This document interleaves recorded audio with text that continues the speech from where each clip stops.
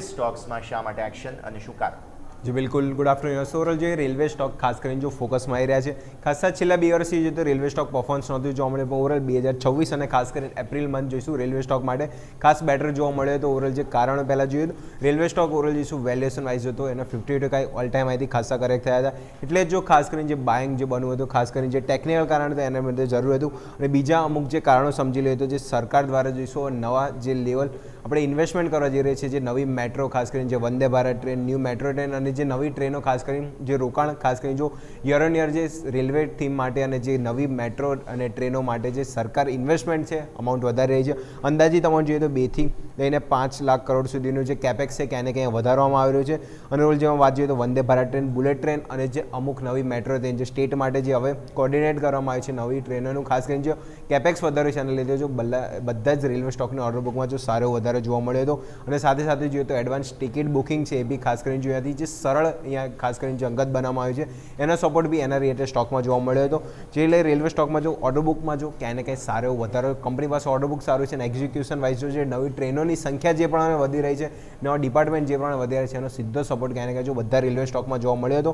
Total expected આપણે total order book જાણી લઈએ તો આરવીએનએલ જોઈશું તો એક્સપેક્ટેડ આપણે જોઈએ તો 90,000 કરોડ આજુબાજુ ટોટલ ઓર્ડર બુક છે. ઇરકોન જોઈએ તો નિયર બાય 24,000 આજુબાજુ કરોડની ઓર્ડર બુક છે. જ્યુપિટર વેગન 5,000 કરોડ આજુબાજુ. રેલટેલની વાત કરીએ તો 3,200 કરોડ આજુબાજુ એક્સપેક્ટેડ. અને ટેક્સ માખો રેલ અહીંયા બી જોઈએ તો 5,500 કરોડ આજુબાજુ. એટલે ટોટલ રેલવેમાં એક્સપેક્ટેડ ઓર્ડર જે અંદાજિત વેલ્યુ છે એની આજુબાજુ ખાસ કરીને જો એમાં આરવીએનએલ ખાસ કરીને ટોપ જોવા મળ્યું હતું. અને જે ફાઇનાન્સ રિલેટેડ કંપની છે એમાં ખાસ કરીને જોઈએ આઈઆરએફસી અને ટિકિટમાં જોઈએ તો આઈઆરસીટીસી. એમાં બી જો ફાઇનાન્સમાં બી લોન બુક સૌથી મોટી આઈઆરએફસી પાસે અને ટિકિટ બુકિંગમાં બી જો મેઇન કેન્ડિડેટ તરીકે આઈઆરસીટીસી ખાસ કરીને જોવા મળ્યું હતું. અને ભારત સરકાર જે હવે 100 નવા રેલવે પ્રોજેક્ટમાં જોઈશું ટોટલ 1530 બિલિયનથી વધારે રોકાણ કરવા જઈ રહી છે. આપણે ઇન્ડિયન રૂપીસમાં જોઈએ તો 1.53 લાખ કરોડનું અહીંયા નવું રોકાણ કરવા જઈ રહી છે. એનો સીધો સપોર્ટ ક્યાંય ને ક્યાંય જોઈશું રેલવે સ્ટોક ખાસ કરીને અહીંયાથી જોવા મળશે.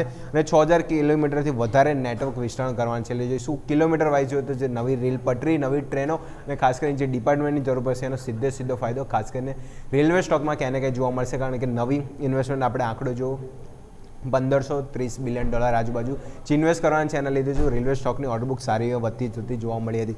ઓર જોઈશું રેલવે સ્ટોકનું પરફોર્મન્સ ખાસ કરીને આપણે જોઈ લઈએ કઈ રીતનું પરફોર્મન્સ જોવા મળ્યું હતું. તો પહેલાં સ્ક્રીન પર ઇમેજ લઈને આવો તો રેલવે સ્ટોક ખાસ કરીને જોઈશું પરફોર્મન્સ વાઇઝ આપણે જોઈએ તો પહેલાં જે રેલવે સ્ટોક છે એમાં જો કન્ટેનર તમારે સામે સ્ક્રીન પર IRFC 50-29%. April month till date સુધી આપણને જો 20% સ્ટોક આપણને ચાલી ગયો છે. આઈઆરસીટીસી જે આપણે ટિકિટમાં જો એકમાત્ર જે કંપની જોઈ લઈશું 50% 31%. એપ્રિલ ટિલ મંથ સુધી જો તો 15% આજુબાજુ મજબૂતી આ સ્ટોકમાં જોવા મળી છે. આરવીએનએલ, ઇરકોન અને રેલટેલ જે આપણે ઓર્ડર બુકમાં વાત કરીએ ત્રણ કંપની પાસે જે સૌથી હાઈએસ્ટ ઓર્ડર બુક છે અને ખાસ કરીને ત્યાં આ બી સ્ટોક જો ડબલ ડિજિટથી વધારે. આરવીએનએલ તો 20% પણ તમે ઇરકોન અને રેલટેલ જો 30%થી વધારે રિટર્ન આપણને એપ્રિલ મહિનામાં ખાસ કરીને જોવા મળ્યા હતા. એટલે જે પ્રમાણે જે ઘટ્યા તે પ્રમાણે જો આ મંથમાં જો સારો આપણને વધારો ડબલ ડિજિટમાં ગ્રોથ જોવા મળ્યો હતો.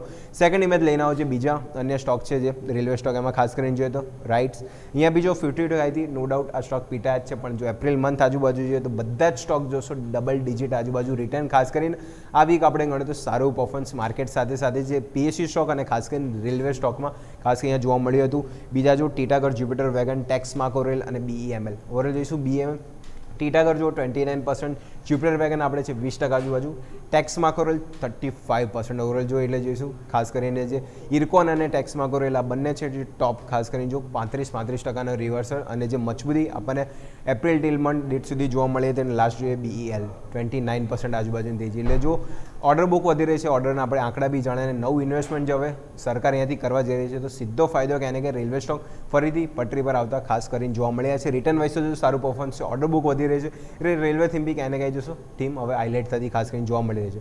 તો ઓવરઓલ યસ આ બધા રિટર્ન વાઇઝ જો સારું પરફોર્મન્સ આપી રહ્યા છે, ઓર્ડર બુક બી વધી રહી છે અને નવી સરકારની જે નવી મેટ્રો થીમ જે ખાસ કરીને બહાર પડી છે એનો સીધો સપોર્ટ રેલવે સ્ટોકને જોવા મળ્યો છે. એના લીધે રેલવે સ્ટોક છે ખાસ કરીને પટરી પર જોવા મળી રહ્યા છે. બિલકુલ. તો તેજીનું એક્શન રેલવે સ્ટોક્સમાં. અજય, આભાર આપનો અમારા સાથે જોડાવા માટે થઈને. વરુણ જોશી સર, આપના પાસે પહેલાં થીમ ડિસ્કસ કરી લઈએ રેલ